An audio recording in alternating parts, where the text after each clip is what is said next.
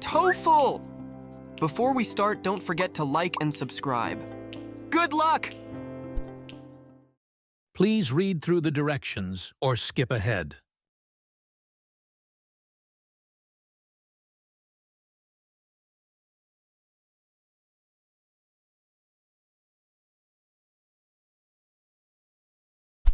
Passage number 1.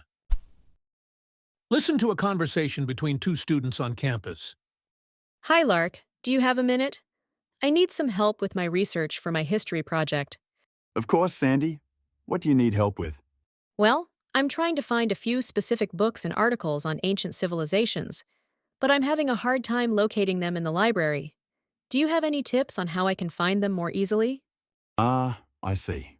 First, you should try using the library's online catalogue. It has a search feature where you can enter keywords, titles, or authors to help you find exactly what you need. Once you find a book or article, it'll give you the shelf location or a link to the online resource. Oh, that sounds helpful. I've never used the catalog much before. Are there other things I should know about? Well, you could also try the library's database. If you're looking for articles, the database is full of academic journals, newspapers, and even some ebooks. You can access it through the library's website. You'll just need your student login to get in. Great! I'll definitely check that out. I also heard the library offers some workshops. Do you know when they're happening? I think one is on research skills. Yes, they offer a variety of workshops each semester. The one on research skills is scheduled for next Thursday at 2 p.m. It covers everything from searching for sources to citing them properly.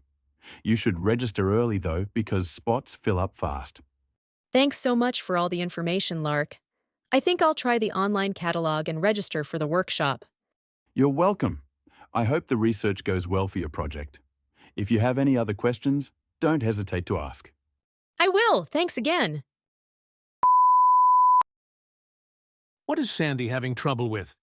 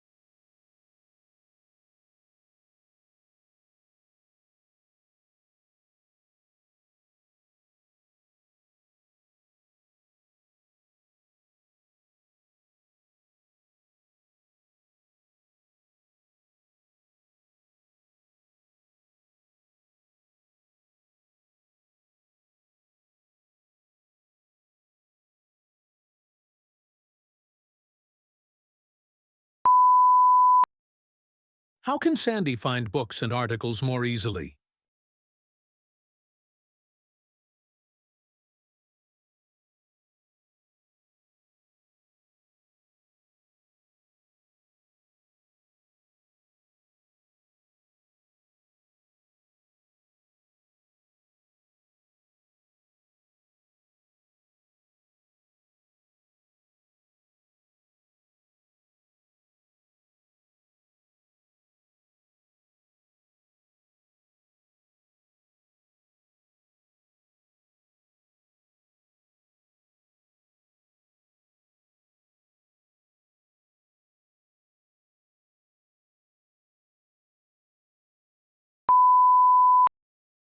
According to Lark, what is the purpose of the library's database?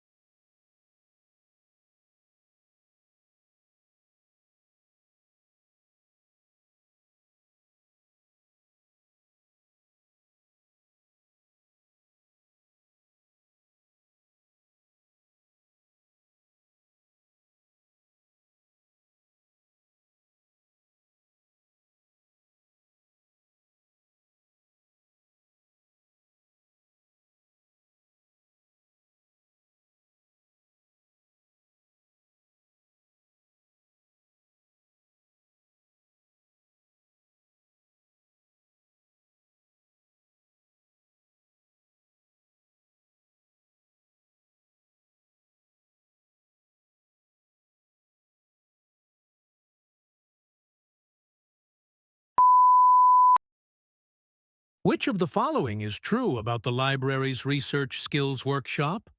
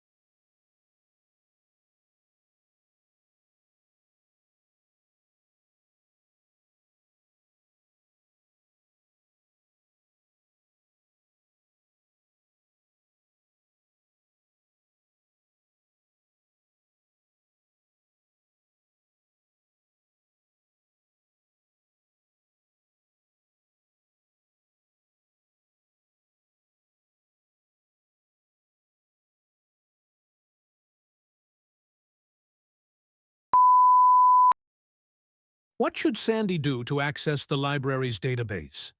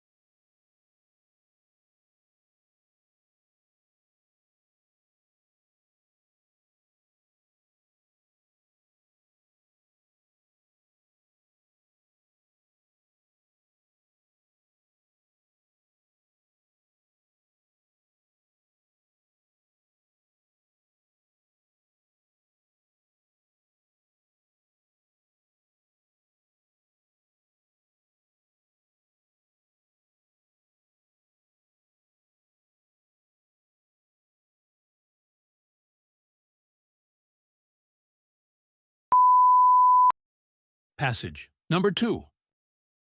Listen to part of a talk in an environmental science class. When we think about coral reefs, it's important to recognize that they are not just beautiful underwater landscapes. They're incredibly complex ecosystems that support a vast array of marine life. In fact, coral reefs host about 25% of all marine species, even though they cover less than 1% of the ocean floor. However, coral reefs are facing several serious threats that have caused significant damage to their ecosystems. One of the biggest threats is ocean warming. As global temperatures rise, ocean temperatures increase, leading to coral bleaching. Coral bleaching happens when corals expel the algae living inside them in response to stress.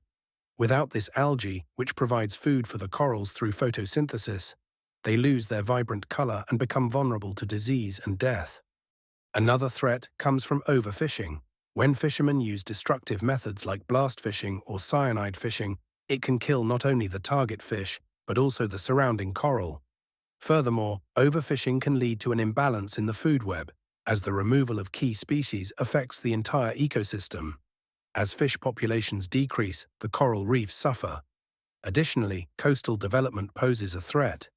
As cities and resorts expand along coastlines, the construction of piers, hotels, and other structures leads to sediment runoff, which smothers coral reefs and prevents them from getting the sunlight they need to survive. This runoff also introduces harmful chemicals into the water. Despite these challenges, there are ongoing efforts to protect coral reefs. Marine Protected Areas, MPAs, have been established in many regions to limit human activity and allow ecosystems to recover. Scientists are also experimenting with coral restoration techniques, such as growing coral in nurseries and replanting it in damaged areas. Excuse me, Professor Stevens. What is the most common method used in coral restoration efforts? That's a great question, Marcia. Currently, one of the most common methods is coral gardening, which involves collecting coral fragments from healthy reefs and growing them in controlled environments until they are strong enough to be transplanted back into the wild. This method has shown promising results in certain areas. Now, while these efforts are helping, coral reefs still face an uncertain future. The ongoing degradation of coral reefs threatens marine biodiversity and the livelihoods of people who depend on them for food and tourism. It's essential that we continue to address the threats to coral reefs and push for more effective conservation strategies. What is the main reason coral reefs are important to marine biodiversity?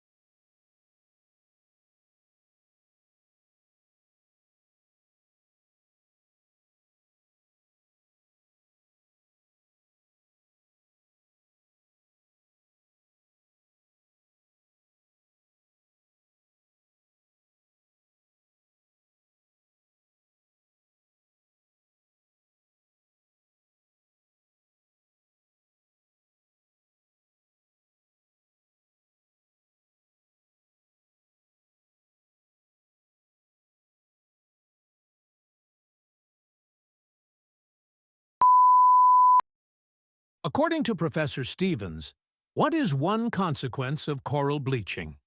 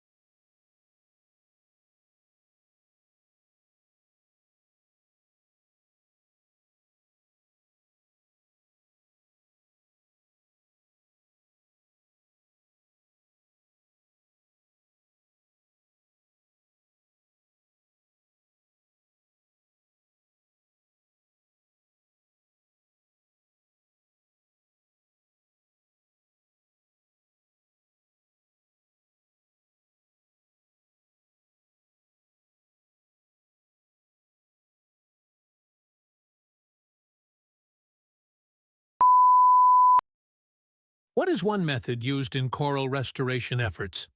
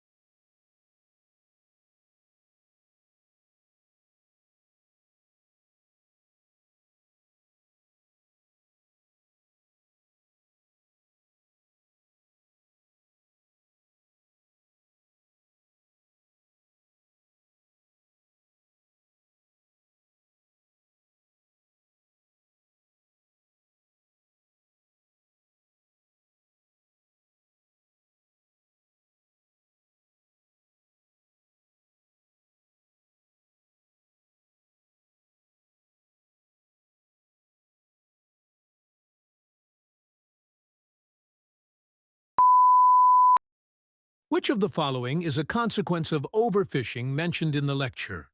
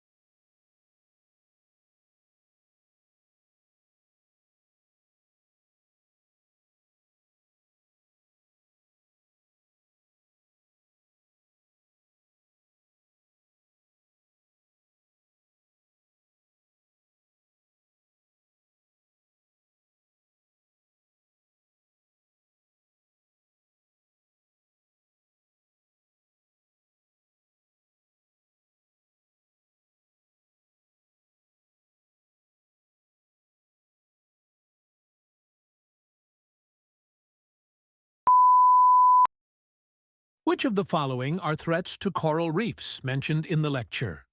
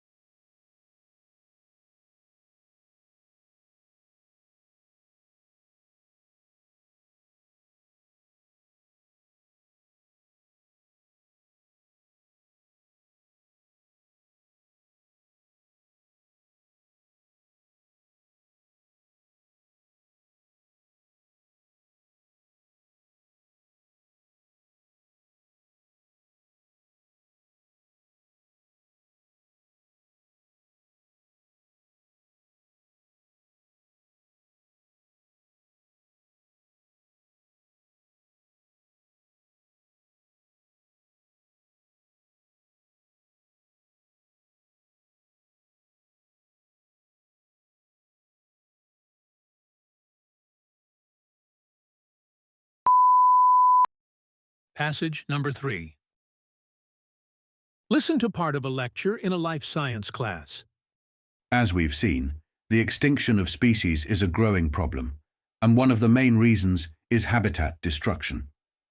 To conserve endangered species, various strategies are being implemented.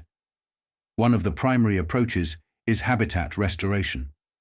This involves restoring degraded ecosystems to their natural state, providing a safe environment for endangered species to thrive. Whether it's replanting forests or cleaning up polluted waters, habitat restoration is an essential part of conservation efforts. Another important strategy is captive breeding. In cases where a species population is critically low, scientists bring animals into controlled environments where they can breed safely. The offspring are later released back into the wild, with the hope of replenishing the population. Captive breeding has been successful for certain species, such as the California condor and the Arabian oryx, both of which were on the brink of extinction just a few decades ago. Conservationists are also focusing on the protection of keystone species. These are species that play a crucial role in maintaining the structure of an ecosystem. For example, sea otters are considered a keystone species because they help control sea urchin populations, which in turn prevents the overgrazing of kelp forests. Protecting keystone species helps preserve entire ecosystems. Community involvement is also essential for conservation success. Local communities are often the ones living closest to endangered species habitats, and their cooperation is crucial. Many conservation organizations work with local groups to raise awareness about the importance of protecting wildlife and to implement sustainable practices, such as ecotourism, that provide economic benefits without harming the environment. Finally, international cooperation is necessary to address conservation issues on a global scale. Many endangered species are migratory, crossing national borders. It's crucial for countries to collaborate, share resources, and create global agreements to ensure the survival of these species. According to Dr. Harris, what is one way to provide a safe environment for endangered species?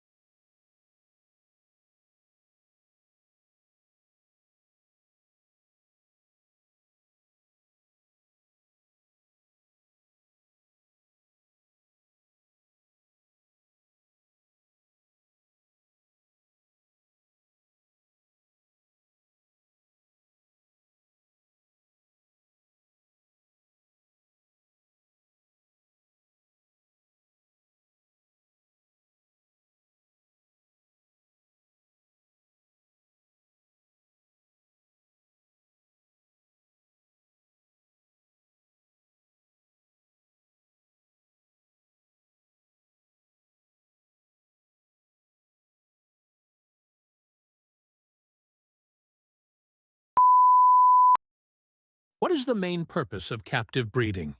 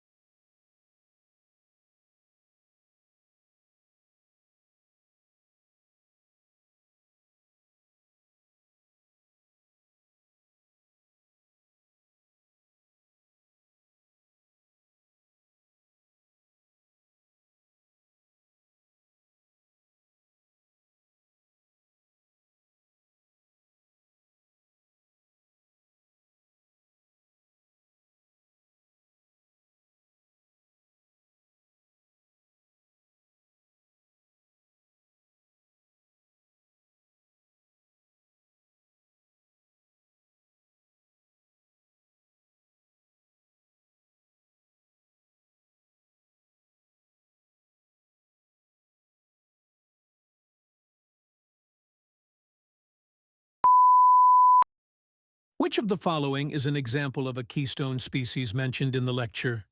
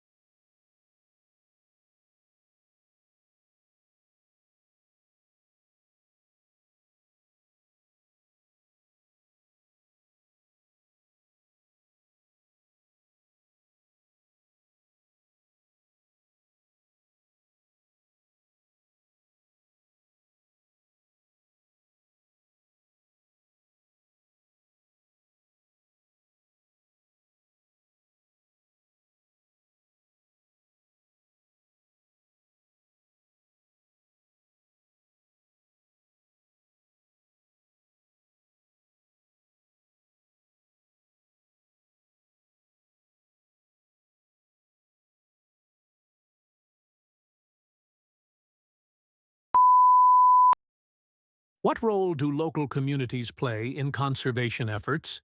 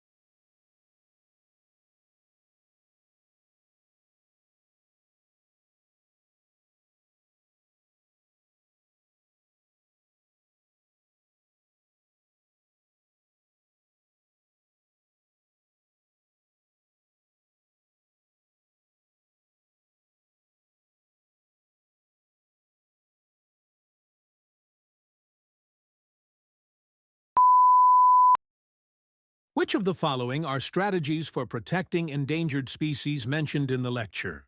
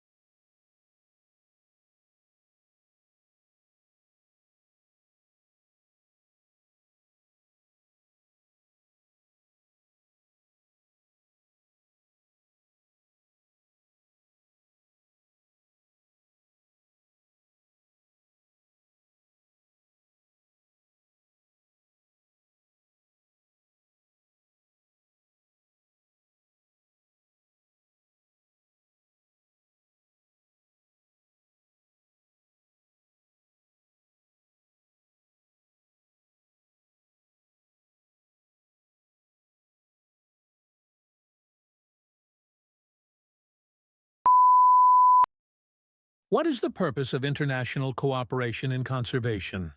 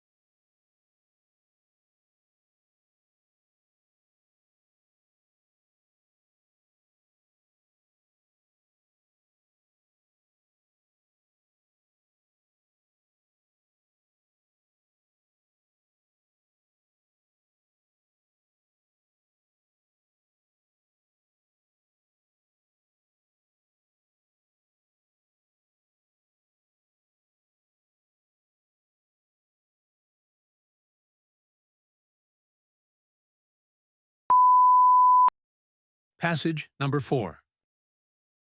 Listen to a conversation between two students on campus. Hey, Rachel. Have you looked at the assignment for our biology class? It's due next week, and I'm a little confused about what we're supposed to do. Yeah, I was just reading through it. It's actually not too bad, but it's definitely a bit detailed. We have to write a research paper on ecosystems and their role in the food chain. The tricky part is that we also have to create a model of an ecosystem. I'm not sure how I'm going to balance both. Right? The model part seems like it will take a lot of time. Do you know if we have to build it physically, or can we use digital tools like a 3D model online? I think it's up to us, actually. The instructions say we can use either a physical model or a digital one. I'm leaning toward the digital option since I can create something more detailed without worrying about space. But I'm not sure if the professor would prefer one over the other. Good point. I might try using some software too. It could be easier, and I don't want to carry a huge model to class. But I still don't understand what exactly the research paper should focus on. Is it just about ecosystems in general, or do we need to narrow it down to a specific one? It's a bit vague on that. But from what I understand, we can pick a specific ecosystem, like a rainforest or a desert, or we could focus on the overall importance of ecosystems. I think we need to give examples of how different ecosystems support life. What do you think? I guess I'll focus on the Amazon rainforest. There's so much information out there, and it's a really interesting example of how biodiversity works in an ecosystem. I'll need to start researching soon. That sounds like a good idea. I'm thinking of focusing on coral reefs because they're also under threat, and I can talk about conservation efforts. We just have to make sure to include how the ecosystem impacts the food chain, like you said. Yeah, exactly. So, for the paper, we need to make sure we include both examples and explanations of how the ecosystem functions. And I think we're supposed to mention the human impact too. I believe that's right. We need to show how human activities are affecting the ecosystem and maybe suggest ways to reduce harm. For the model, I'll probably focus on the food chain in a coral reef and show how everything is connected. Have you figured out how you're going to structure your paper? Not completely yet, but I'm planning to start with an introduction to the Amazon, then talk about its specific ecosystems, and finish with a section on how humans impact it. I think I'll dedicate a part of the paper to conservation efforts as well. Sounds like a solid plan. I'll structure mine similarly, but focus on the current challenges coral reefs are facing, like pollution and climate change. Maybe we should compare notes after we get the first draft done. That way, we can make sure we're on the right track. Good idea. Let's do that. I'll get started on the research this weekend. What is the main topic of the biology assignment?